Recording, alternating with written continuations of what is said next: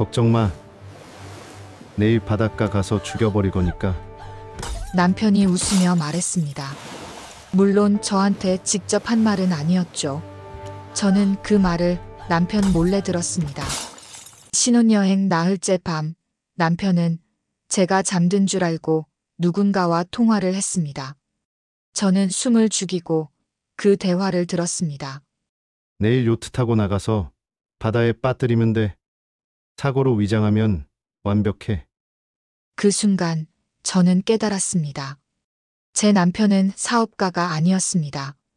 거대 폭력 조직의 보스였고 저는 그가 범죄를 감추기 위해 이용한 가짜 신부였던 것입니다.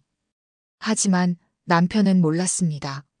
자기가 속인 여자가 전직 특수부대 출신이라는 사실을요. 그는 저를 순진한 인형으로 봤지만 사실 저는 악당을 제압하도록 훈련받은 군인이었습니다. 그날 밤부터 저와 남편 사이에 보이지 않는 전쟁이 시작되었습니다. 남편은 저를 죽이려 했고 저는 남편을 심판하려 했습니다. 과연 누가 이길까요? 달콤했던 신혼여행은 어떻게 피로 물든 전쟁터가 되었을까요? 아니, 왜 이 여자는 이 조폭 남자와 결혼하게 된 걸까요? 그리고 이 무서운 이야기는 어떻게 시작되었을까요? 이 모든 이야기는 석 달 전 서울 강남의 한 필라테스 센터에서 시작되었습니다. 이 이야기는 달콤한 사랑의 신혼여행이 아니라 피와 배신과 복수로 얼룩진 지옥 같은 일주일의 기록이었습니다. 그럼 지금부터 시간을 석 달 전으로 되돌려 보겠습니다. 모든 것이 어떻게 시작되었는지, 한별이 어떻게 이 남자의 덫에 걸렸는지 말입니다. 이야기 시작 전 남자든 여자든 정말 결혼 잘해야 한다라고 생각하는데 여러분들은 어떻게 생각하시는지? 맞다, 잘해야 한다. 아니다, 대충 하면 된다. 뭐든 좋습니다. 여러분들의 생각을 댓글로 꼭 남겨주세요. 석 달 전 서울 강남. 오전 10시 햇살이 유리창을 따라 쏟아지던 그 고급 필라테스 센터에서 강한별은 처음으로 박건철이라는 남자를 만났습니다. 아니, 정확히 말하면 그가 먼저 그녀를 찾아온 것이었죠. 선생님, 제가 필라테스를 배우고 싶은데요. 혹시 개인 레슨 받을 수 있을까요? 목소리부터 남달랐습니다. 낮고 부드러우면서도 어딘가 힘이 느껴지는 목소리였습니다. 한별은 스트레칭을 멈추고 그를 쳐다봤습니다. 정갈한 정장 차림의 남자는 공손하게 허리를 숙이며 명함을 건넸고 그의 손목에는 아마도 수천만 원은 좋게 할 것 같은 시계가 채워져 있었습니다. 하지만 그는 그 비싼 시계를 자랑하지 않았습니다. 오히려 소매로 살짝 가리듯 자연스럽게 손을 내밀었고 한별은 그 배려가 마음에 들었습니다. 물론이죠. 언제부터 시작하시겠어요? 내일부터 가능할까요? 저는 시간이 충분합니다. 그렇게 박건철은 한별의 학생이 되었습니다. 일주일에 3번, 정확히 화요일과 목요일, 그리고 토요일 오전 10시에 그는 나타났습니다. 단 한 번도 지각하지 않았고, 단 한 번도 레슨을 빠지지 않았습니다. 운동할 때는 진지했고, 한별의 지도를 따를 때는 겸손했으며, 레슨이 끝나면 늘 정중하게 인사를 건넸습니다. 한 달쯤 지났을 무렵, 그는 한별에게 커피 한 잔을 권했습니다. 선생님, 레슨 끝나고 시간 괜찮으시면 근처 카페에서 커피 한 잔 어떠세요? 제가 감사 인사를 드리고 싶어서요. 한별은 잠시 망설였습니다. 학생과 사적으로 만나는 건 센터 규정상 권장되지 않았지만 그의 눈빛이 너무 진지해서 거절하기가 어려웠습니다. 결국 그녀는 고개를 끄덕였고 두 사람은 센터 근처 조용한 카페에 나란히 앉았습니다. 선생님은 군대 출신이시죠? 건철이 커피를 한 모금 마시고 나서 물었습니다. 한별은 깜짝 놀라 그를 쳐다봤습니다. 이 남자가 어떻게 그걸 알았을까요? 어떻게 아셨어요? 제가 말씀드린 적 없는데. 자세가 다릅니다. 움직임이 정확하고 절제되어 있어요. 일반인하고는 확실히 다른 느낌이랄까요? 혹시 특수부대 출신이신가요? 한별은 놀라움을 감추지 못했습니다. 이 남자의 관찰력은 보통이 아니었습니다. 네, 맞아요. 여군 중사 출신입니다. 특수부대에서 5년 복무하고 2년 전에 전역했어요. 대단하시네요. 저도 군 시절이 가끔 그립습니다. 저는 육군 장교 출신이거든요. 건철은 웃으며 자신의 과거를 이야기했습니다. 그는 육군사관학교를 졸업하고 소령까지 진급했지만 아버지의 사업을 물려받기 위해 전역했다고 했습니다. 지금은 무역업을 하고 있으며 해외 출장이 잦아서 체력 관리를 위해 필라테스를 배우고 있다고 설명했죠. 모든 것이 완벽했습니다. 그의 말투도, 그의 태도도, 그의 미소도 완벽했습니다. 한별은 조금씩 그에게 끌리기 시작했습니다. 2달이 흘렀습니다. 박건철은 이제 단순한 학생이 아니었습니다. 그는 한별의 친구가 되었고 조언자가 되었으며 어느새 그녀의 마음속 깊은 곳까지 파고들었습니다. 레슨이 끝나면 함께 식사를 했고 주말에는 가끔 한강공원을 산책했습니다. 그는 한별의 과거를 존중했고 그녀가 고아 출신이라는 사실에도 전혀 개의치 않았습니다. 한별 씨, 과거는 중요하지 않습니다. 중요한 건 지금 당신이 얼마나 멋진 사람인가예요. 그의 말은 한별의 마음을 완전히 녹였습니다. 전역 후 외롭게 살아왔던 그녀에게 이렇게 따뜻하고 배려 깊은 사람이 나타나다니. 한별은 조금씩 천천히 그를 사랑하기 시작했습니다. 그리고 어느 가을 저녁 한강공원 벤치에서 건철은 그녀 앞에 무릎을 꿇었습니다. 강한별 씨, 저와 결혼해 주시겠습니까? 손에는 작은 벨벳 상자가 들려 있었고 그 안에는 반짝이는 다이아몬드 반지가 놓여 있었습니다. 건철의 눈빛은 진심으로 가득 차 있었고 그의 목소리는 떨리고 있었습니다. 한별은 울었습니다. 기쁨의 눈물이었습니다. 그녀는 떨리는 목소리로 네라고 대답했고 건철은 그녀를 꽉 안아주었습니다. 그날 밤 하늘에는 별이 가득했고 한강의 물결은 달빛을 받아 은빛으로 반짝이고 있었습니다. 한 달 후 2사람은 조촐한 결혼식을 올렸습니다. 하객은 많지 않았습니다. 건철의 친구 몇 명과 한별의 센터 동료들, 그리고 건철의 비서라고 소개된 이 실장이라는 차가운 인상의 남자가 전부였습니다. 건철은 부모님이 일찍 돌아가셨고 형제도 없다고 했습니다. 한별 역시 고아였기에 2사람은 서로가 서로의 전부가 되기로 약속했습니다. 신혼여행지는 동남아시아의 한 섬이었습니다. 에메랄드빛 바다와 하얀 모래사장, 그리고 야자수가 끝없이 늘어선 프라이빗 리조트였습니다. 건철은 최고급 빌라를 예약했고 오직 2사람만을 위한 완벽한 공간을 마련했습니다. 한별아, 평생 행복하게 해줄게. 약속해. 첫날 밤 발코니에서 바다를 바라보며 건철이 한별의 손을 잡고 말했습니다. 파도 소리가 부드럽게 밤을 채우고 달빛이 2사람을 은은하게 비추고 있었습니다. 한별은 그의 어깨에 머리를 기대며 속삭였습니다. 나도 당신을 평생 사랑할게. 하지만 바로 그날 밤 한별은 무언가 이상한 것을 발견했습니다. 샤워를 마치고 나온 건철의 등에 희미하게 지워진 문신의 흔적이 있었던 것입니다. 레이저 제거 시술을 받은 듯 보였지만 윤곽은 여전히 선명하게 남아 있었습니다. 날카로운 발톱을 세운 용의 형상. 그것은 한별이 군 시절 조직폭력배 식별 교육에서 본 문신 패턴과 정확히 일치했습니다.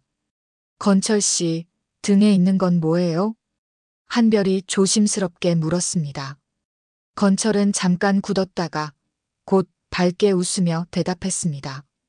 아, 이거요? 젊었을 때 철없이 새긴 거예요. 지금은 정말 후회해서 지우는 중이에요. 보기 흉하죠? 미안해요. 아니에요, 괜찮아요. 누구나 젊을 때 실수는 있잖아요. 한별은 그렇게 말하며 웃었지만 가슴 한구석이 불편했습니다. 하지만 그녀는 그 의심을 억지로 떨쳐냈습니다. 설마 이렇게 신사적이고 교양 있는 사람이 조폭일 리 없다고 스스로를 설득했죠. 그날 밤은 평온하게 지나갔습니다. 하지만 다음 날부터 한별의 신혼여행은 서서히 지옥으로 변하기 시작했습니다. 신혼여행 셋째 날 오후 4시 건철이 갑자기 외출한다고 말했습니다. 한별아, 미안한데 급한 업무 전화가 왔어. 한두 시간이면 돌아올 거야. 그동안 빌라 안에만 있어줄래? 여기 치안이 그렇게 좋은 편은 아니거든. 혹시 모를 일이 있으면 안 되니까. 그는 한별의 이마에 가볍게 키스하고 선글라스를 쓰고 빌라를 나섰습니다. 문이 닫히는 소리가 들렸고 곧 차 시동 소리가 점점 멀어져 갔습니다. 한별은 혼자 남았습니다. 처음에는 빌라 안에서 쉬려고 했습니다. 텔레비전을 켜고 소파에 누워 멍하니 천장을 바라봤지만 답답함이 밀려왔습니다. 에어컨 바람은 차갑게 불어왔지만 마음속은 더 답답했습니다. 결국 그녀는 가벼운 원피스로 갈아입고 밖으로 나섰습니다. 리조트의 해변은 고요했습니다.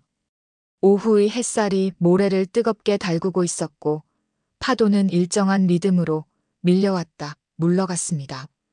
관광객은 거의 보이지 않았고 저 멀리 수평선 너머로는 작은 배 한 척이 떠 있었습니다. 한별은 맨발로 모래를 밟으며 천천히 걸었습니다. 바람이 머리카락을 날렸고 파도 소리가 귓가를 시원하게 채웠습니다. 그녀는 걸으며 생각했습니다. 이게 정말 신혼여행이 맞나? 남편은 왜 자꾸 일 때문에 나를 혼자 두는 걸까? 하지만 그녀는 곧 그 생각을 떨쳐냈습니다. 건철이 무역업을 한다고 했으니 해외에서도 급한 일이 있을 수 있다고 스스로를 다독였죠. 그렇게 20분쯤 걸었을까요? 해변 끝자락, 커다란 바위들이 모여 있는 곳에서 이상한 소리가 들렸습니다. 비명이었습니다. 여자의 비명. 날카롭고 공포에 질린 목소리였습니다. 한별의 몸이 본능적으로 반응했습니다. 군 시절의 훈련이 자동으로 작동했죠. 그녀는 재빨리 몸을 낮추고 발소리를 최대한 죽이며 바위 뒤편으로 조심스럽게 다가갔습니다. 심장이 빠르게 뛰었지만 호흡은 고르게 유지했습니다. 이것이 특수부대 출신의 본능이었습니다. 바위 틈새로 조심스럽게 들여다본 한별은 그 순간 숨이 멎었습니다. 검은 정장을 입은 남자 3명이 한 여자를 에워싸고 있었습니다. 여자는 50대로 보였고 화려한 드레스를 입고 있었지만 옷은 이미 찢어져 있었고 얼굴에는 피가 흐르고 있었습니다. 그녀는 모래바닥에 무릎을 꿇은 채 두 손을 모으고 애원하고 있었습니다. 제발, 제발 살려주세요. 저는 정말 모른다니까요. 여자의 목소리는 떨렸고 눈물과 콧물이 범벅이 되어 있었습니다. 하지만 남자들은 차가웠습니다. 그중 한 명이 여자의 머리채를 거칠게 잡아 끌었고 여자는 비명을 지르며 모래바닥에 쓰러졌습니다. 남자들은 그녀를 발로 짓밟았고 주먹으로 마구 때렸습니다. 폭력은 잔인했고 전혀 망설임이 없었습니다. 한별은 온몸이 얼어붙었습니다. 도와줘야 했습니다. 하지만 그녀의 또 다른 본능이 그녀를 막았습니다. 적의 숫자를 먼저 파악하라. 무기가 있는지 확인하라. 무모한 돌진은 자살 행위나 다름없다. 그녀는 숨을 죽이고 계속 지켜봤습니다. 그때 또 다른 남자가 나타났습니다. 검은 선글라스를 쓴 날씬하고 냉철한 인상의 남자였습니다. 그는 천천히 걸어와 폭행당하는 여자를 내려다봤습니다. 남자들이 그를 보자 즉시 폭행을 멈추고 공손하게 허리를 숙여 인사했습니다. 이 실장님 도착하셨습니다. 이 실장. 한별은 그 이름을 똑똑히 기억했습니다. 결혼식 때 건철의 비서라고 소개받았던 바로 그 남자였습니다. 이 실장은 여자를 차갑게 내려다보며 입을 열었습니다. 최마담 보스님께서 더 이상 기다리지 않으실 겁니다. 이게 마지막 기회입니다. 비자금 계좌번호를 말하세요. 그럼 편하게 보내드리겠습니다. 정말 몰라요. 저는 그냥 중간 역할만 했을 뿐이에요. 계좌는 박 사장님만 아실 거예요. 여자가 흐느끼며 대답했습니다. 이 실장은 한숨을 쉬었습니다. 그리고 주머니에서 휴대폰을 꺼내 전화를 걸었습니다. 보스, 최마담이 끝까지 입을 열지 않습니다. 어떻게 처리할까요? 짧은 침묵이 흘렀습니다. 알겠습니다. 깨끗하게 처리하겠습니다. 전화가 끊겼습니다. 이 실장이 부하들에게 고개를 끄덕였습니다. 남자들은 여자를 거칠게 끌고 바다 쪽으로 향했습니다. 여자의 절규가 파도 소리에 묻혔고 곧 아무 소리도 들리지 않았습니다. 한별은 온몸이 차갑게 식어가는 걸 느꼈습니다. 심장은 미친 듯이 뛰었지만 몸은 전혀 움직일 수 없었습니다. 조금이라도 소리를 내면 자신도 저 여자처럼 끌려갈 것이 분명했습니다. 10분이 지났습니다. 남자들이 돌아왔습니다. 그들의 손은 깨끗했지만 표정은 차갑고 아무런 감정도 없었습니다. 이 실장이 다시 전화를 걸었습니다. 보스, 처리 완료했습니다. 좋아. 오늘 밤 회의는 계획대로 진행해. 그리고 내 아내는 절대 이 일을 알아서는 안 돼. 알겠지? 전화기 너머로 들리는 목소리. 그것은 분명 박건철의 목소리였습니다. 한별의 세계가 무너졌습니다. 그녀는 재빨리 그 자리를 벗어났습니다. 발소리를 완전히 죽이고 바위 뒤편을 따라 최대한 조심스럽게 이동했습니다. 다행히 남자들은 그녀를 전혀 눈치채지 못했습니다. 빌라로 돌아오는 길, 한별의 다리는 후들거렸습니다. 하지만 그녀의 머릿속은 차갑게, 아주 차갑게 돌아가고 있었습니다. 방금 본 것은 조직 폭력배의 살인이었다. 그리고 명령을 내린 사람은 내 남편이었다. 박건철, 당신은 도대체 누구인가? 빌라 문을 열고 들어섰을 때 건철은 이미 돌아와 있었습니다.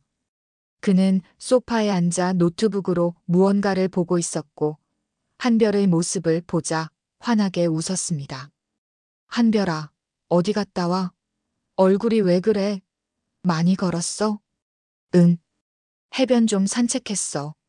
바람이 시원하더라. 한별은 최대한 평온한 목소리로 대답했습니다.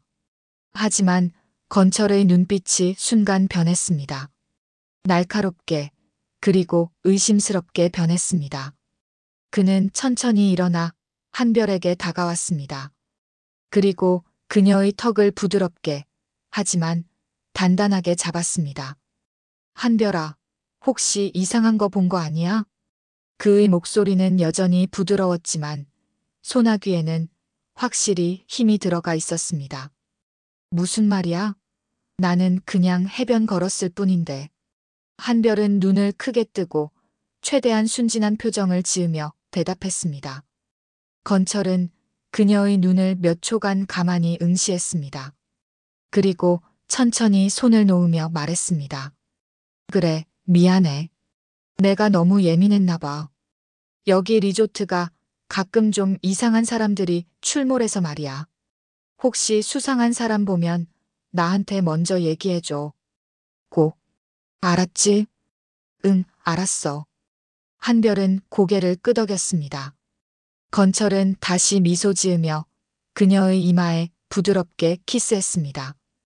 우리 한별이는 순진하니까 이상한 일에 휘말리면 안 돼. 내가 꼭 지켜줄게. 그의 말은 다정했습니다. 하지만 한별은 알았습니다. 그것은 다정함이 아니라 분명한 경고였다는 것을. 그날 밤 한별은 전혀 잠들 수 없었습니다. 건철은 옆에서 코를 골며 깊은 잠에 빠져 있었지만 한별은 천장을 바라보며 끊임없이 생각했습니다. 박건철, 당신은 누구인가? 당신이 저지른 짓은 무엇인가? 그리고 나는 지금 어떻게 해야 하는가? 질문들이 끝없이 이어졌습니다. 그리고 한별은 마침내 결심했습니다. 진실을 반드시 알아내겠다고. 그리고 만약 그가 정말로 악당이라면 그를 직접 심판하겠다고. 신혼여행 넷째 날 새벽 5시 건철의 휴대폰 알람이 울렸습니다. 부드러운 피아노 선율이 고요한 새벽을 조용히 깨웠고 건철은 잠결에 손을 뻗어 알람을 끄고 천천히 일어났습니다. 한별은 여전히 잠든 척 눈을 감고 있었지만 사실 그녀는 1시간 전부터 이미 깨어 있었습니다. 건철이 침대에서 일어나 화장실로 들어갔습니다. 샤워 소리가 들렸습니다. 물줄기가 타일 바닥을 때리는 소리, 그리고 건철이 코를 푸는 소리까지 모든 것이 또렷하게 들렸습니다. 한별은 눈을 떴습니다. 그리고 침대 옆 탁자 위에 놓인 건철의 휴대폰을 똑바로 봤습니다. 군 시절 한별은 적의 통신 장비를 해킹하고 중요한 정보를 빼내는 훈련을 철저히 받았습니다. 휴대폰 잠금 해제는 그 중에서도 가장 기본적인 기술이었죠. 그녀는 전혀 망설이지 않았습니다. 재빨리 휴대폰을 집어들었습니다. 화면에는 지문 인식창이 떠 있었습니다. 하지만 한별은 이미 완벽히 준비되어 있었습니다. 어젯밤 건철이 깊이 잠든 사이 그의 엄지손가락을 살짝 눌러 지문을 미리 테스트해 본 적이 있었고 비상용 숫자, 비밀번호도 이미 정확히 파악해 두었습니다. 생일이었습니다. 건철의 생일이 아니라 한별 자신의 생일이었습니다. 참 아이러니했습니다. 그는 그녀를 사랑하는 척하면서도 동시에 그녀를 냉혹하게 배신하고 있었으니까요. 비밀번호를 입력하자 화면이 열렸습니다. 한별은 곧바로 메시지 앱을 열었습니다. 최근 대화 목록이 주르륵 쏟아졌습니다. 이 실장, 최마담 형님, 회장님, 거래처 A, 거래처 B. 평범하지 않은 수상한 이름들이 즐비했습니다. 한별은 이 실장과의 대화를 먼저 열었습니다. 그리고 그녀의 손이 부들부들 떨렸습니다. 보스, 최마담은 결국 계좌번호를 불었습니다. 비자금 5천만 달러 확보 완료했습니다. 수고했어. 마담은 깨끗하게 처리했습니다. 바다에 완전히 수장시켰습니다. 좋아. 이번 거래 끝나면 내 목도 넉넉하게 챙겨줄게. 2억 원은 줄 수 있어. 감사합니다, 보스. 한별은 숨이 턱 막혔습니다. 처리했다, 수장시켰다. 그것은 곧 살인을 뜻하는 말이었습니다. 어제 해변에서 본 그 여자, 최마담은 이미 죽었다는 뜻이었습니다. 한별은 더 스크롤을 내렸습니다. 사진들이 나왔습니다. 폭행당하는 사람들의 끔찍한 사진, 피로 얼룩진 방, 그리고 돈다발이 가득 쌓인 창고 사진. 동영상도 여러 개 있었습니다. 한별은 소리를 전혀 켜지 않았지만 화면만으로도 충분히 알 수 있었습니다. 한 남자가 무릎 꿇고 필사적으로 애원하는 모습, 그리고 그를 향해 권총을 차갑게 겨누는 건철의 뒷모습이었습니다. 한별의 온몸에서 식은땀이 흘렀습니다. 분노도 아니고 두려움도 아니었습니다. 그것은 냉철함이었습니다. 군인으로서의 차가운 냉철함. 적을 발견했다. 표적을 확인했다. 이제 작전을 수립하라. 한별은 재빨리 모든 증거를 자신의 이메일로 전송했습니다. 사진, 동영상, 메시지 내역 전부. 시간은 단 2분밖에 없었습니다. 샤워는 곧 끝날 것이었으니까요. 전송 완료. 한별은 마지막으로 음성 녹음 파일 폴더를 열었습니다. 파일명은 신부작전 최종 보고였습니다. 그녀는 그것을 재생했습니다. 볼륨을 최대한 낮추고 휴대폰을 귀에 바짝 붙였습니다. 건철의 목소리가 낮게 흘러나왔습니다. 형님, 강한별이라는 여자는 완벽한 위장품입니다.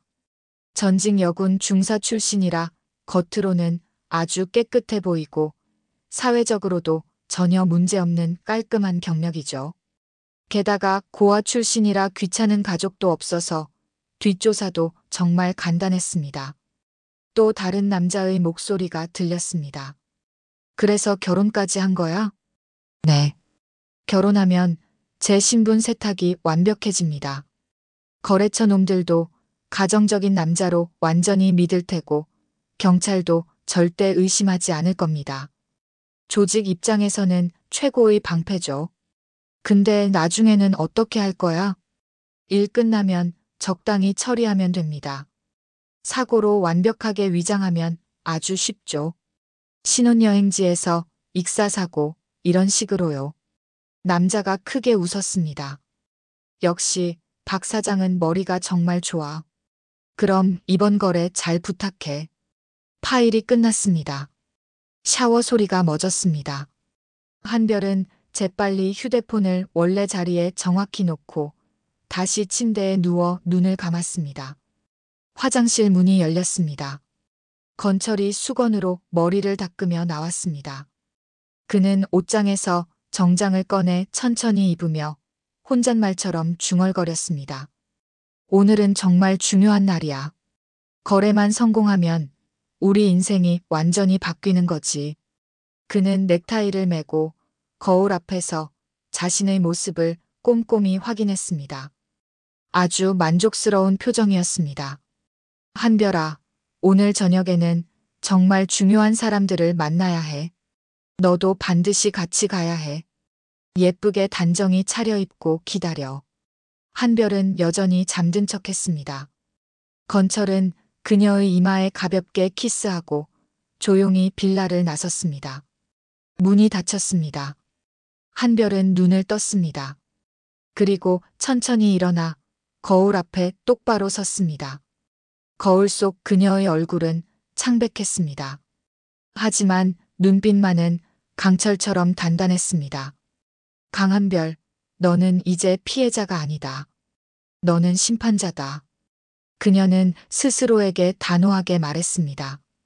군 시절 그녀는 배웠습니다. 적을 정확히 제압하는 방법을, 악을 완전히 무너뜨리는 기술을, 그리고 정의를 반드시 실현하는 힘을. 그리고 지금 그 모든 것을 사용할 때가 드디어 왔습니다. 한별은 침착하게 자신의 짐가방을 열었습니다. 그 안에는 전역할 때 조심스럽게 챙겨둔 군용 비상키트가 숨겨져 있었습니다. 아주 작은 파우치 안에 들어있는 민간인의 눈에는 그저 화장품 샘플처럼 보이는 물건들이었습니다. 극소형 도청장치 2개, 만능 도구 세트, 그리고 응급약품 중 강력한 수면제 캡슐. 한별은 그것들을 하나하나 꺼내 꼼꼼히 확인했습니다. 모두 정상 작동했습니다. 그녀는 냉소적으로 미소 지었습니다. 박건철, 당신은 나를 일회용 인형이라고 했지. 하지만 당신은 전혀 몰라. 이 인형이 얼마나 날카로운 칼날을 품고 있는지. 오전 9시 건철이 다시 돌아왔습니다. 그는 피곤한 표정이었지만 한별을 보자 억지로 밝은 미소를 지었습니다. 한별아, 미안. 아침부터 일이 너무 많았어.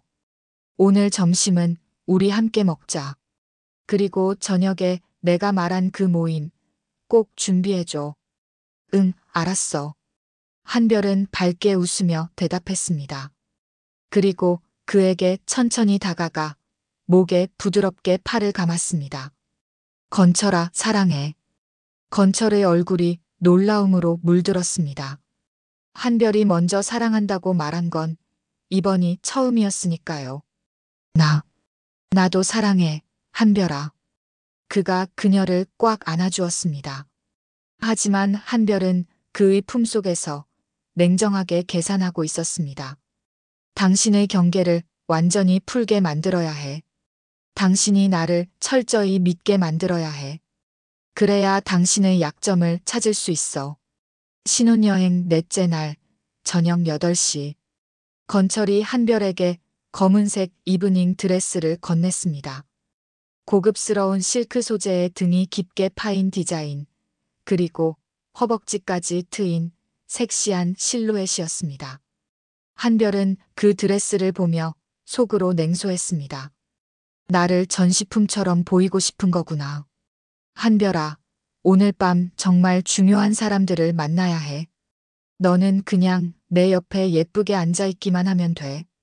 아무 말도 하지 않아도 되고 그냥 미소만 지어줘. 건철의 목소리는 부드러웠지만 완전히 명령조였습니다. 알았어. 당신이 원하는 대로 할게. 한별은 순종적으로 고개를 끄덕이며 드레스를 입으러 화장실로 들어갔습니다. 거울 앞에서 드레스를 입으며 그녀는 자신의 모습을 가만히 바라봤습니다. 드레스는 완벽하게 몸에 맞았고 그녀의 강인한 체격을 더욱 돋보이게 만들었습니다. 하지만 그녀의 눈빛은 드레스와 전혀 어울리지 않았습니다. 그것은 사냥감을 조용히 노리는 맹수의 눈빛이었죠. 화장을 하며 그녀는 생각했습니다. 오늘 밤 나는 조직의 핵심 인물들을 직접 볼 것이다. 그들의 얼굴을, 목소리를, 그리고 약점을 정확히 파악할 것이다. 준비를 마치고 나왔을 때 건철은 입이 떡 벌어졌습니다. 한별아, 정말 아름다워. 완벽해. 그는 진심으로 감탄하며 그녀의 손을 잡았습니다. 고마워. 한별은 부드럽게 미소 지었습니다. 하지만 속으로는 차갑게 계산하고 있었습니다. 오후 8시 두 사람은 리조트 내 프라이빗 레스토랑에 도착했습니다. 레스토랑은 일반 투숙객에게는 절대 공개되지 않는 곳이었고 입구부터 보안이 아주 삼엄했습니다. 덩치 큰 경비원 2명이 문 앞을 단단히 지키고 있었고 그들은 건철을 보자 공손하게 허리를 깊이 숙였습니다. 박 사장님, 어서 오십시오. 문이 천천히 열렸고 한별과 건철은 안으로 들어갔습니다. 레스토랑 내부는 정말 호화로웠습니다. 크리스털 샹들리에가 천장에서 눈부시게 빛났고 하얀 대리석 바닥은 반짝반짝 윤이 났습니다. 테이블은 딱 하나뿐이었고 그 테이블에는 이미 5명의 사람들이 앉아 있었습니다. 중년 남자 3, 그리고 여자 2. 한별은 그들을 하나하나 조심스럽게 관찰했습니다. 첫 번째 남자는 60대로 보였고 새하얀 머리에 날카로운 눈빛을 가진 사람이었습니다. 그의 손목에는 굵은 금시계가 채워져 있었고 정장은 맞춤 제작된 것처럼 완벽하게 몸에 맞았습니다. 두 번째 남자는 50대 초반으로 보였고 통통한 체격에 늘 웃는 얼굴을 하고 있었지만 그의 눈빛만은 전혀 웃지 않았습니다. 세 번째 남자는 이 실장이었습니다. 그는 건철과 한별을 보자 즉시 일어나 공손하게 인사했습니다. 사모님, 어서 오십시오. 그리고 여자 2. 한 명은 40대로 보이는 화려한 메이크업을 진하게 한 여자였고 다른 한 명은 한별은 속으로 깜짝 놀랐습니다. 최마담이었습니다. 어제 해변에서 폭행당하고 바다에 수장되었다고 들은 바로 그 여자였습니다. 하지만 그녀는 지금 멀쩡히 살아있었고 테이블에 앉아 와인을 천천히 마시고 있었습니다. 한별은 놀라움을 철저히 숨겼습니다. 살아있다고? 그럼 어제 이 실장이 보고한 건 거짓말인가? 아니면 완전히 다른 사람을 죽인 건가? 건철이 한별을 부드럽게 이끌고 테이블에 앉았습니다. 여러분, 제 아내 강한별입니다. 사람들이 한별을 천천히 쳐다봤습니다. 호기심, 경계, 그리고 약간의 무시가 뒤섞인 시선들이었습니다. 새하얀 머리의 남자가 먼저 입을 열었습니다. 박 사장, 새댁이 참 아름답군요. 하지만 우리 같은 위험한 자리에 데려오시다니 좀 무리하신 거 아닙니까? 그의 목소리는 낮고 은근히 위협적이었습니다. 건철이 여유롭게 웃으며 대답했습니다. 회장님, 전혀 걱정 마십시오. 한별이는 아무것도 모릅니다. 그냥 제 옆에 앉아서 예쁜 모습만 보여주면 되는 인형이니까요. 사람들이 낮게 웃었습니다. 한별은 미소를 지었습니다.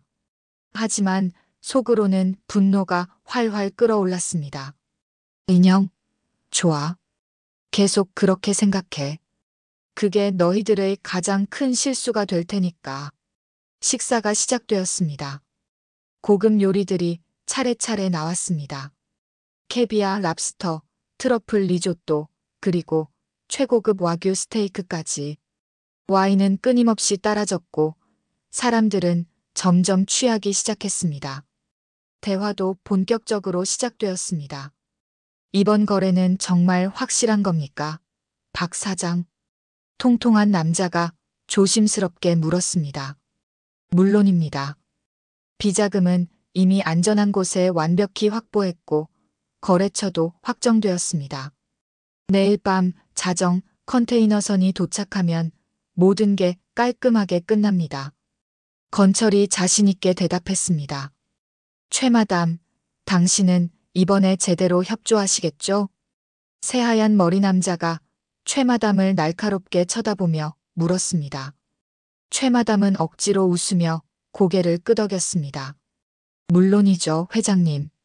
저도 이번 일이 잘 되길 간절히 바랍니다. 하지만 그녀의 손은 미세하게 떨리고 있었습니다. 한별은 그것을 놓치지 않았습니다. 최마담, 당신은 협박당하고 있군. 당신도 피해자야.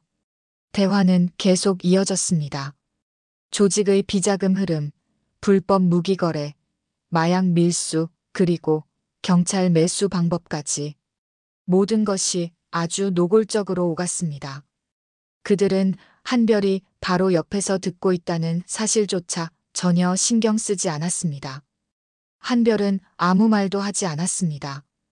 그저 와인을 조금씩 홀짝이며 부드러운 미소만 지었습니다. 하지만 그녀의 머릿속은 정밀한 녹음기처럼 모든 것을 정확히 기록하고 있었습니다.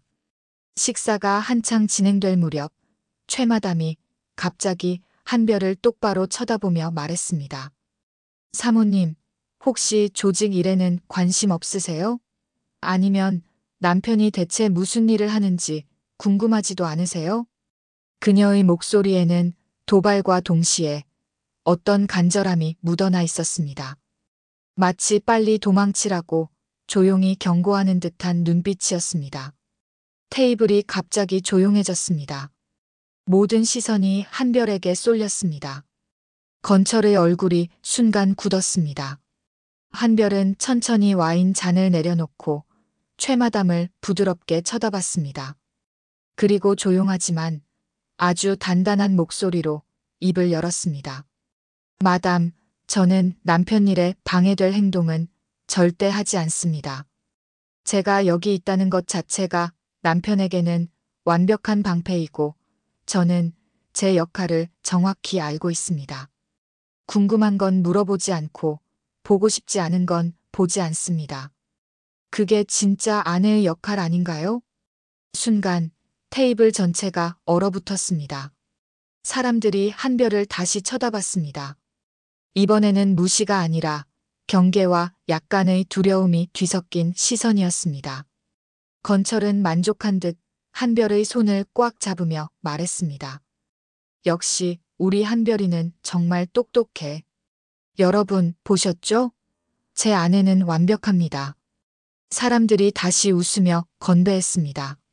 하지만 최마담의 얼굴은 창백하게 변해 있었습니다.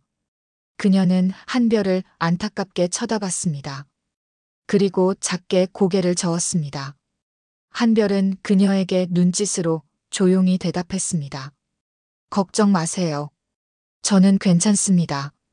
식사가 거의 끝나갈 무렵 이 실장이 건철에게 작게 속삭였습니다. 보스, 잠시 밖에서 급한 보고를 드려야 할 것 같습니다. 건철이 고개를 끄덕이고 일어났습니다. 여러분, 잠깐만 실례하겠습니다. 한별아, 여기 있어. 금방 올게. 한별은 고개를 끄덕였습니다. 건철과 이 실장이 레스토랑 밖으로 나갔습니다. 그 순간 한별은 재빨리 주머니에서 극소형 도청 장치를 꺼냈습니다. 그리고 와인 잔을 짚는 척하며 테이블 아래 건철이 앉았던 의자 밑에 장치를 완벽히 붙였습니다. 아무도 전혀 눈치채지 못했습니다. 테이블에 남은 사람들은 계속 대화를 나눴고 한별은 다시 미소 지으며 와인을 천천히 마셔 보였습니다. 5분 후 건철이 돌아왔습니다. 그의 표정은 어두웠고 이마에는 땀이 송글송글 맺혀 있었습니다. 여러분, 오늘은 여기까지 하죠. 내일 밤 최종 거래 때 다시 뵙겠습니다. 사람들이 일어나 인사하고 차례차례 떠났습니다. 최마담은 떠나기 전 한별에게 살짝 다가와 아주 작게 속삭였습니다. 사모님, 조심하세요. 이 사람들은 정말 위험합니다. 그리고 그녀는 빠르게 레스토랑을 나갔습니다. 한별과 건철만 남았습니다. 빌라로 돌아오는 차 안, 건철은 내내 말이 없었습니다. 그의 손은 핸들을 꽉 쥐고 있었고 턱 근육이 딱딱하게 굳어 있었습니다. 빌라에 도착하자마자 건철은 한별을 거칠게 벽에 밀어붙였습니다. 한별아. 그의 목소리는 낮고 확실히 위협적이었습니다. 오늘 밤 내가 본 것, 들은 것 전부 다 잊어. 알았지? 만약 내가 오늘 일을 누구에게라도 말한다면 너도 절대 무사하지 못할 거야. 한별은 두려운 표정을 지으며 고개를 끄덕였습니다. 응, 알았어. 나 아무것도 몰라. 정말로. 건철은 잠시 그녀를 날카롭게 노려보다가 천천히 손을 떼었습니다. 좋아. 넌 착한 아내니까 믿을게. 그는 소파에 털썩 앉아 담배를 깊이 빨아들였습니다. 한별은 조용히 침실로 들어갔습니다. 그리고 문을 닫자마자 제 휴대폰을 재빨리 꺼냈습니다. 도청 장치가 제대로 작동하고 있었습니다. 건철과 이 실장의 대화가 선명하게 녹음되어 있었습니다. 보스, 최마담이 너무 불안해 보입니다. 혹시 경찰에 밀고 하지 않을까 걱정됩니다. 걱정 마. 내일 거래 끝나면 최마담도 깔끔히 처리할 거야. 그리고 한별도. 사모님도요? 당연하지. 이제 쓸모가 완전히 없어. 내일 밤 요트 태워서 바다로 나가 거기서 수장시켜. 사고로 완벽히 위장하면 아무 문제 없어. 알겠습니다. 녹음이 끝났습니다. 한별은 휴대폰을 꽉 쥐었습니다. 손이 떨렸습니다. 분노도 두려움도 아니었습니다. 그것은 확고한 결의였습니다. 내일이 결전의 날이다. 좋아, 박건철. 내가 누구인지 똑똑히 보여주지. 그녀는 군용 키트를 꺼내 마지막 준비를 차분히 시작했습니다. 수면제 캡슐을 확인하고 도청 장치를 점검하고 탈출 경로를 머릿속으로 몇 번이고 시뮬레이션 했습니다. 모든 것이 완벽히 준비되었습니다. 이제 남은 건 실행뿐이었습니다. 신혼여행 5째 날 오후 3시 건철이 환한 미소를 지으며 한별을 부드럽게 깨웠습니다. 한별아, 일어나. 오늘 우리 요트 타러 가기로 했잖아. 날씨도 완벽하고 바다도 정말 아름다워. 평생 기억에 남을 거야. 그의 목소리는 여전히 달콤했습니다. 하지만 한별은 정확히 알고 있었습니다. 저 달콤한 목소리 뒤에 숨겨진 차가운 사리를. 응, 좋아. 금방 준비할게. 한별은 밝게 웃으며 일어났습니다. 화장실에 들어가 세면을 하며 그녀는 거울 속 자신의 얼굴을 똑바로 바라봤습니다. 창백했지만 눈빛만은 강철처럼 단단했습니다. 그녀는 작은 방수 파우치를 허벅지에 테이프로 단단히 고정시켰습니다. 그 안에는 수면제 캡슐, 극소형 칼, 그리고 긴급 신호 발신기가 들어 있었습니다. 모든 준비가 끝났습니다. 오후 4시 두 사람은 리조트 전용 선착장에 도착했습니다. 하얀 요트 한 척이 파도에 가볍게 흔들리며 그들을 기다리고 있었습니다. 요트는 생각보다 컸고 선실도 아주 화려하게 꾸며져 있었습니다. 하지만 한별이 주목한 건 요트를 운전할 선장이 아무도 없다는 사실이었습니다. 건철아, 선장은 어디 있어? 아, 오늘은 내가 직접 운전할 거야. 군대에서 배운 게 좀 있거든. 걱정 마, 안전하게 모실게. 건철이 여유롭게 웃으며 대답했습니다. 하지만 한별은 그 웃음 뒤의 진짜 의도를 정확히 읽었습니다. 증인을 완전히 없애려는 거야.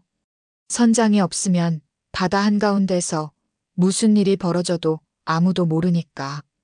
요트가 출발했습니다. 엔진 소리가 고요한 바다를 힘차게 가르며 울렸고 하얀 물보라가 요트 뒤편으로 시원하게 튀어 올랐습니다. 리조트는 점점 멀어졌고 곧 사방에 수평선만 보이기 시작했습니다. 30분쯤 지났을까요? 건철이 엔진을 끄고 요트를 정박시켰습니다. 사방은 완전히 바다뿐이었습니다. 깊고 푸른 바다. 그리고 그 위를 떠다니는 건 단 하나, 이 작은 요트뿐이었습니다. 한별아, 여기 풍경 좀 봐. 정말 아름답지 않아? 건철이 선실에서 나와 한별에게 말했습니다. 그의 손에는 샴페인 병이 들려 있었고 잔 2개가 준비되어 있었습니다. 우와, 정말 멋지다. 한별은 감탄하는 척하며 요트 난간에 기대어 섰습니다. 바람이 머리카락을 날렸고 파도 소리가 귓가를 가득 채웠습니다. 건철이 샴페인을 따르며 말했습니다. 한별아, 우리 이번 신혼여행 정말 행복했지? 응, 정말 행복했어. 한별은 미소 지으며 대답했습니다. 그럼 이제 마지막으로 우리 사랑을 축하하는 건배를 하자. 건철이 잔을 건넸습니다. 한별은 잔을 받았습니다. 하지만 마시지 않았습니다. 건철아, 잠깐만. 내가 화장실 좀 다녀올게. 응? 지금? 응, 급해. 금방 올게. 한별은 재빨리 선실 안으로 들어갔습니다. 화장실 문을 닫고 그녀는 허벅지에 붙인 파우치를 꺼냈습니다. 수면제 캡슐을 조심스럽게 꺼내 손에 쥐고 다시 밖으로 나왔습니다. 건철은 난간에 기대어 바다를 편안하게 바라보고 있었습니다. 한별이 그의 뒤로 조용히 다가갔습니다. 건철아, 목이 좀 뻐근해. 안마 좀 해줄까? 오, 좋지. 건철이 편안하게 눈을 감았습니다. 한별은 그의 어깨를 부드럽게 주무르며 은밀하게 그의 샴페인 잔에 수면제 캡슐을 떨어뜨렸습니다. 캡슐은 샴페인 속에서 빠르게 녹아들었습니다. 자, 이제 건배하자. 한별이 밝게 웃으며 자신의 잔을 들었습니다. 건철도 잔을 들었습니다. 한별아, 평생 함께하자. 응, 평생. 잔이 부딪혔습니다. 건철은 샴페인을 단숨에 쭉 마셨습니다. 한별은 입술만 살짝 적시고 잔을 내려놓았습니다. 5분이 지났습니다. 건철의 얼굴이 약간 붉어지기 시작했습니다. 한별아, 갑자기 어지러운데. 괜찮아? 멀미인가 봐. 좀 앉아 있어. 한별은 그를 의자에 조심스럽게 앉혔습니다. 10분이 지났습니다. 건철의 눈꺼풀이 무거워지기 시작했습니다. 한별, 이상해. 뭔가.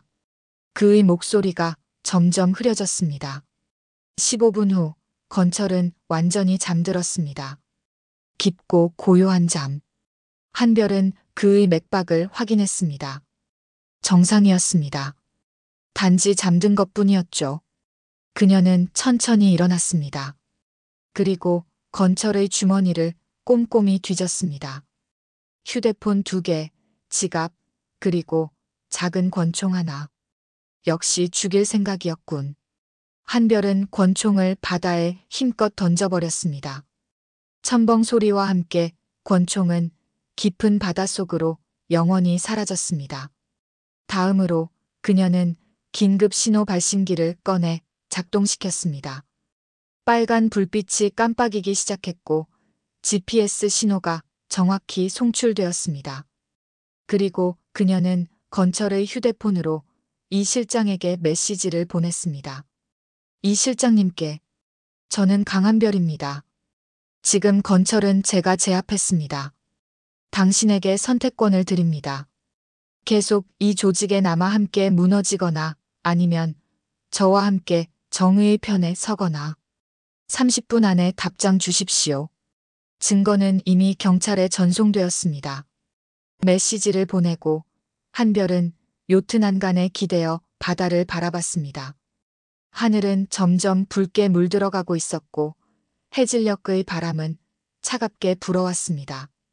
10분 후 답장이 왔습니다. 저는 이미 이 지옥에서 벗어나고 싶었습니다. 사모님, 제가 도와드리겠습니다. 지금 보트를 타고 그쪽으로 향하고 있습니다.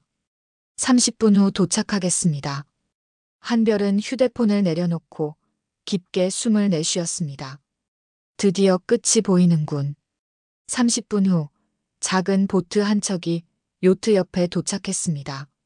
이 실장이 보트에서 내려 요트에 조심스럽게 올라왔습니다. 그는 쓰러진 건철을 보고 그리고 침착하게 서 있는 한별을 봤습니다. 사모님, 아니 강한별 씨, 정말 대단하십니다. 그의 목소리에는 경의와 동시에 해방감이 깊게 섞여 있었습니다. 이 실장님, 당신이 여기 온 건 현명한 선택이었습니다. 한별이 차갑게 말했습니다. 이 실장은 주머니에서 USB 하나를 꺼내 한별에게 건넸습니다. 이 안에 조직의 모든 비밀이 담겨 있습니다. 비자금 계좌, 거래처 명단, 살인 청부 계약서, 그리고 경찰 내부 협조자 명단까지. 이것만 있으면 박건철과 그의 조직을 완전히 무너뜨릴 수 있습니다. 한별은 USB를 받았습니다. 왜 배신하십니까? 한별이 물었습니다. 이 실장은 쓸쓸하게 웃었습니다. 저는 원래 경찰이었습니다. 10년 전 잠입 수사를 위해 이 조직에 들어왔죠. 하지만 시간이 지나며 저는 점점 이 지옥에 익숙해졌고 결국 진짜 조직원이 되어버렸습니다. 제 손에는 이미 피가 묻었고 돌아갈 곳도 없었습니다. 그의 목소리는 떨렸습니다. 하지만 당신을 보고 깨달았습니다. 아직 늦지 않았다는 것을. 저도 속죄할 수 있다는 것을. 한별은 고개를 끄덕였습니다. 이 실장님, 당신의 용기에 감사드립니다. 이제 함께 이 조직을 무너뜨립시다. 네, 그러겠습니다. 이 실장이 휴대폰을 꺼내 전화를 걸었습니다. 여보세요, 국제범죄수사대입니까? 저는 박건철 조직 내부 고발자입니다. 지금부터 제보를 시작하겠습니다. 그렇게 30분 동안 이 실장은 모든 것을 상세히 증언했습니다. 조직의 구조, 핵심 인물들, 거래 방법, 그리고 오늘 밤 있을 최종 거래까지 전부 다 말했습니다. 전화가 끝났습니다. 경찰이 1시간 후 리조트를 급습할 것입니다. 헬리콥터와 특공대가 동원됩니다. 이 실장이 말했습니다. 한별은 시계를 봤습니다. 오후 6시. 그럼 우리는 지금 돌아가야 합니다. 건철이 깨어나기 전에. 두 사람은 건철을 보트에 조심스럽게 옮겨 싣고 리조트로 빠르게 향했습니다. 오후 7시 리조트 빌라. 건철은 침대에 단단히 묶여 있었습니다. 그의 손과 발은 군용 로프로 묶여 있었고 입에는 재갈이 물려 있었습니다. 그가 눈을 떴습니다. 처음에는 혼란스러워했지만 곧 상황을 파악했습니다. 그는 침대에서 몸부림쳤지만 전혀 소용없었습니다. 군용 로프는 절대 풀리지 않았습니다. 한별이 의자에 앉아 그를 차갑게 내려다보고 있었습니다. 깨어났군요, 박건철 씨. 한별의 목소리는 차갑고 냉정했습니다. 건철이 재갈 너머로 무언가를 격렬히 외쳤지만 전혀 알아들을 수 없었습니다. 한별은 천천히 일어나 그에게 다가갔습니다. 당신은 나를 일회용 인형이라고 불렀죠. 신분 세탁용 위장 신부. 그리고 일이 끝나면 바다에 수장시킬 계획이었죠. 건철의 눈이 커졌습니다. 놀랐어요? 내가 어떻게 알았냐고? 간단해요. 당신의 휴대폰, 당신의 대화, 당신의 모든 비밀을 제가 다 확보했으니까요. 한별은 USB를 그의 눈앞에 들어 보였습니다. 이 안에 당신의 모든 범죄 기록이 담겨 있어요. 그리고 1시간 후 국제경찰이 이 리조트를 급습할 겁니다. 당신과 당신의 조직원들은 모두 체포될 거예요. 건철이 격렬하게 고개를 저었습니다. 하지만 한별은 냉정했습니다.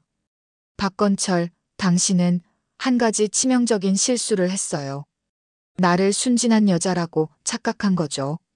하지만 나는 강한별입니다.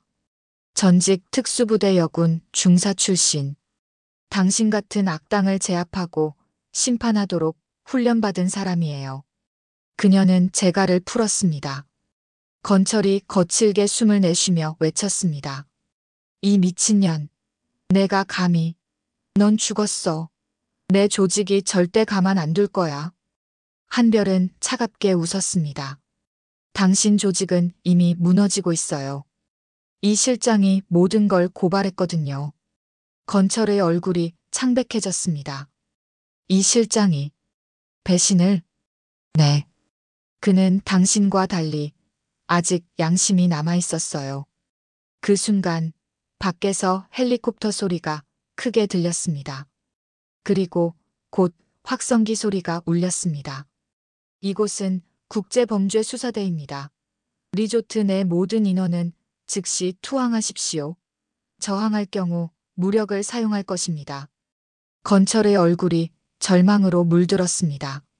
한별은 창문을 열었습니다. 헬리콥터 세대가 리조트 상공을 선회하고 있었고 무장 경찰들이 사방에서 빠르게 몰려들고 있었습니다. 총소리가 여기저기서 울렸습니다. 조직원들이 저항했지만 곧 제압되었습니다. 20분 만에 모든 것이 끝났습니다. 경찰이 빌라 문을 박차고 들어왔습니다. 손들어. 움직이지 마. 하지만 한별은 침착하게 신분증을 꺼내 보였습니다. 저는 피해자이자 내부 고발자입니다. 그리고 이 남자가 박건철, 조직의 보스입니다. 경찰들이 건철을 체포했습니다. 건철은 끌려가며 한별을 노려봤습니다. 강한별, 넌 괴물이야. 한별은 차갑게 대답했습니다. 아니에요. 저는 정의예요. 석 달 후 서울중앙지방법원. 법정은 사람들로 가득 찼습니다. 기자들, 방청객들, 그리고 피해자 유족들로 빼곡했습니다. 판사가 입장했고 모두가 일어났습니다. 피고인 박건철, 앞으로 나오십시오. 건철이 수갑을 찬 채 증인석에 섰습니다. 그의 얼굴은 수척했고 눈빛은 완전히 풀려 있었습니다.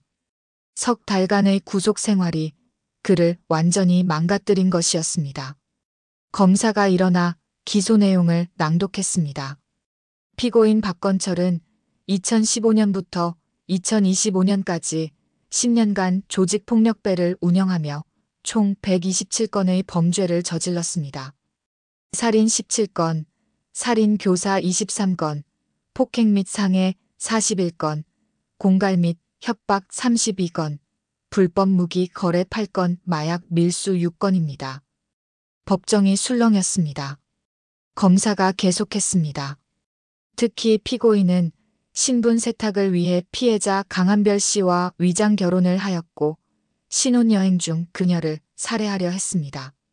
하지만 피해자의 용기 있는 대응으로 범행이 저지되었고 조직 전체가 검거되었습니다. 판사가 한별을 쳐다봤습니다. 증인 강한별 씨, 증인석으로 나와주십시오. 한별이 일어나 증인석에 섰습니다. 그녀는 검은색 정장을 입고 있었고 머리는 단정하게 묶여 있었습니다. 얼굴에는 화장기 없이 담담한 표정이 자리 잡고 있었습니다. 검사가 물었습니다.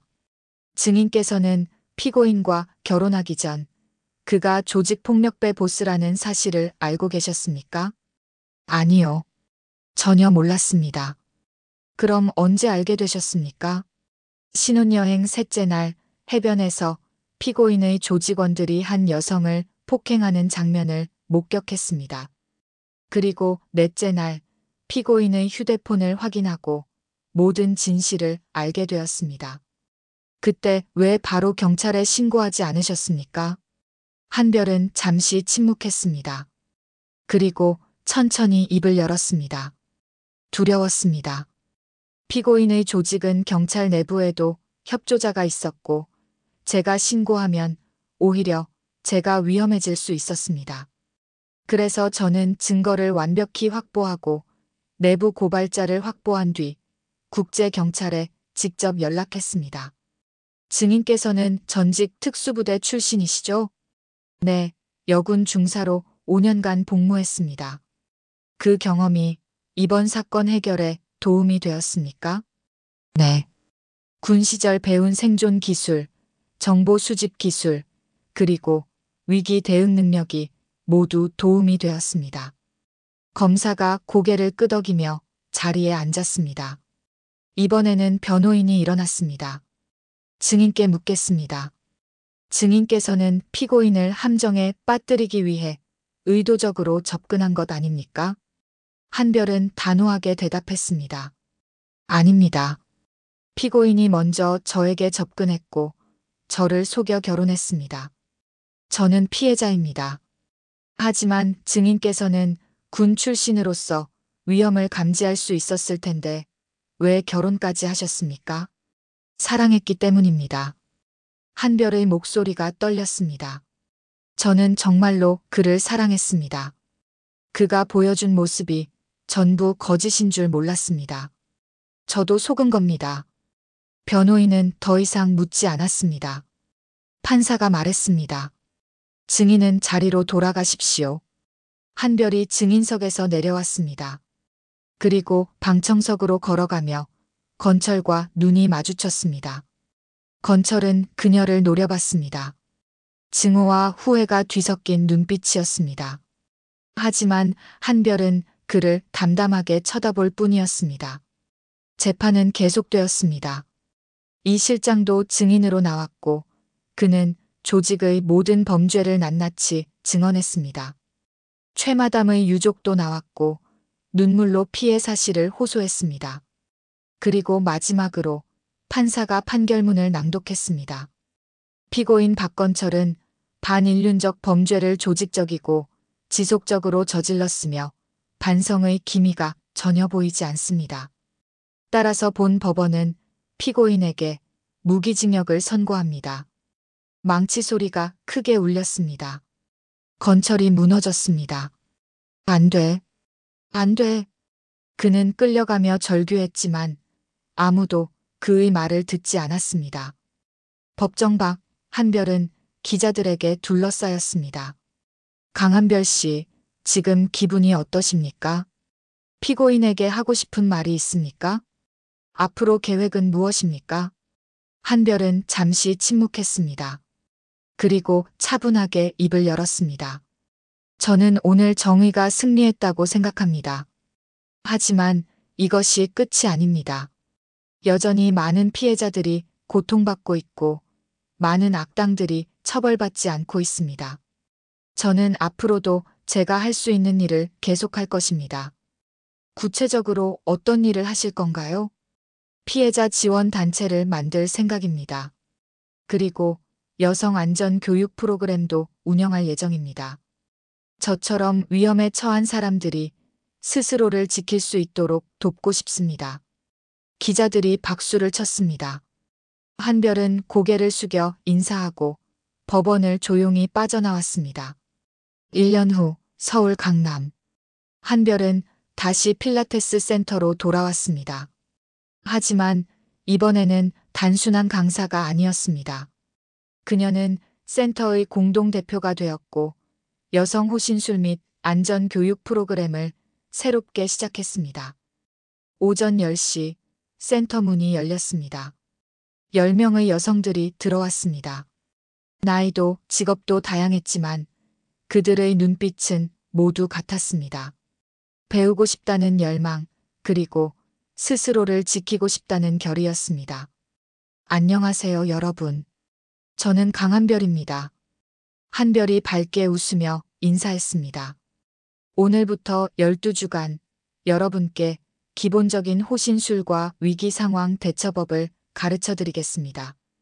이 수업의 목표는 단순히 싸움을 잘하게 만드는 게 아닙니다. 여러분이 위험한 상황을 미리 감지하고 피하고 그리고 정말 필요할 때는 스스로를 지킬 수 있도록 돕는 것입니다. 여성들이 진지하게 고개를 끄덕였습니다. 수업이 시작되었습니다. 한별은 차근차근 그리고 세심하게 기술을 가르쳤습니다.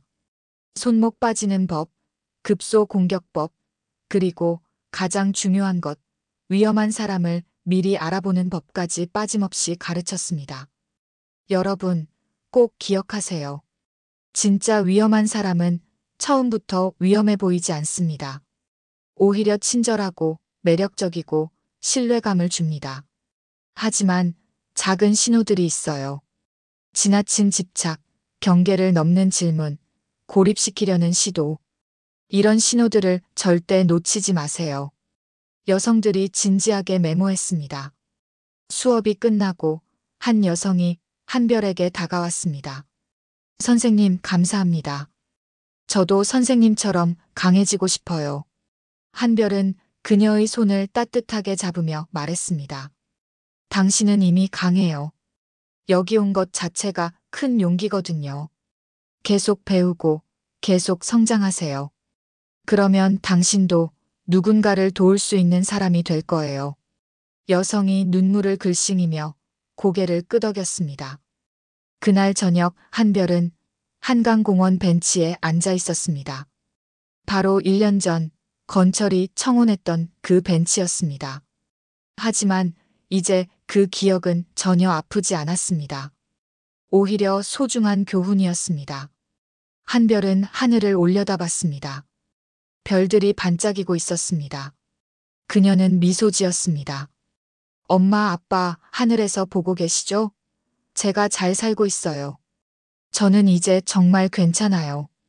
바람이 불었습니다. 따뜻하고 부드러운 바람이었습니다. 한별은 눈을 감고 그 바람을 천천히 느꼈습니다. 그리고 천천히 일어났습니다. 집으로 돌아갈 시간이었습니다. 새로운 내일을 맞이할 시간이었습니다. 걸어가며 그녀는 생각했습니다. 나는 강한 별이다. 별처럼 강하게 빛나는 사람. 그리고 앞으로도 계속 빛날 것이다. 나 자신을 위해서, 그리고 나와 같은 사람들을 위해서. 오늘 이야기 어떠셨나요? 재밌었다면 댓글 작성해 주세요. 정말 재밌었다면 5점, 너무 재미없었다면 1점을 댓글로 꼭 남겨주세요. 그리고 구독과 좋아요를 눌러주시면 더 많은 영상을 무료로 시청하실 수 있습니다.